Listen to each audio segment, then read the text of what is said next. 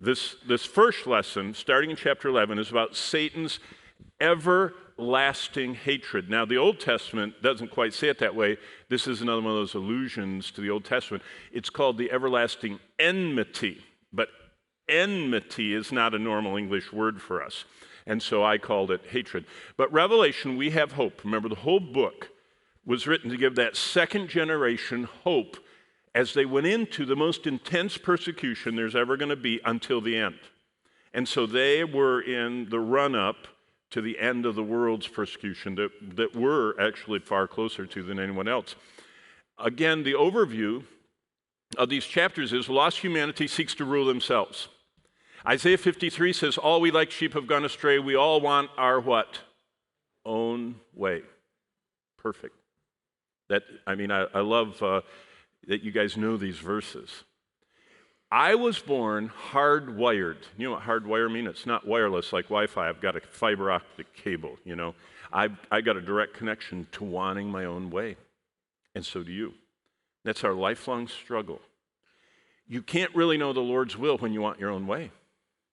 So those two are going against each other. I wake up every morning wanting my own way. I go through all day long wanting my own way. And I have to consciously, as I told you last week, stand in that little circle of surrendering, dedicating, offering myself back to the Lord, saying, I don't want my own way. How did Jesus put it when he was praying in Luke 22 in the Garden of Gethsemane?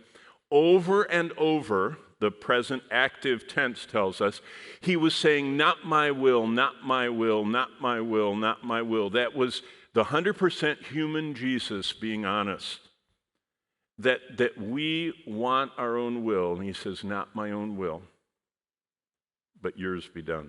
Okay, so God sends the fake Jesus because they want to rule themselves and they rejected God's Messiah, Jesus Christ, so God sends them a fake Jesus.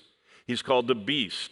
We know him best as the Antichrist. There are 36 different titles for him in the Bible. You know, the man of sin, the one that brings desolation, the evil one, and on it goes. God sends this worst human who ever lives. Now, Satan has always had a candidate for this job. This is Satan's biggest job. He wants to ruin God's plan. And so his ultimate plan is to send someone that is a fake Jesus, an anti-Christ. Not anti-against, but anti in the place of. He is a fake one that is in the place of Jesus Christ. Now, that he is against Christ, but that isn't how he offers himself to the world. What he said is, I'm the one you've always been waiting for. I'm going to solve all of your problems. Do you know where he's going to come in? He's going to be the one that solves our problem with climate change. Remember, Satan is the prince of the power of the what? Air. Remember, this Satan controls the weather in the book of Job. Now, I know God, nothing moves. Birds don't hop, planets don't stay in their orbits apart from God.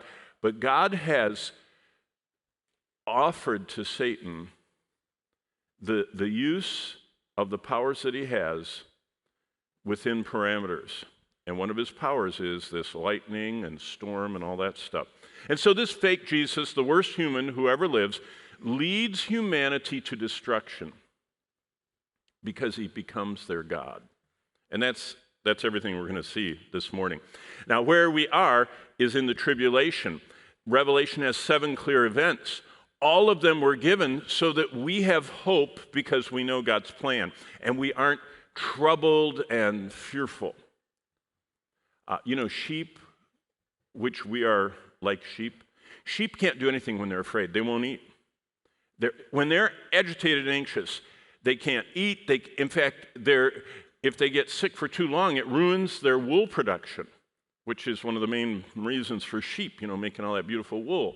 And so sheep aren't supposed to be fearful and anxious. So shepherds are always leading them beside still waters and into green, the 23rd Psalm. God says, you're like sheep, and you're easily troubled and easily fearful, and so I want you to know my plan.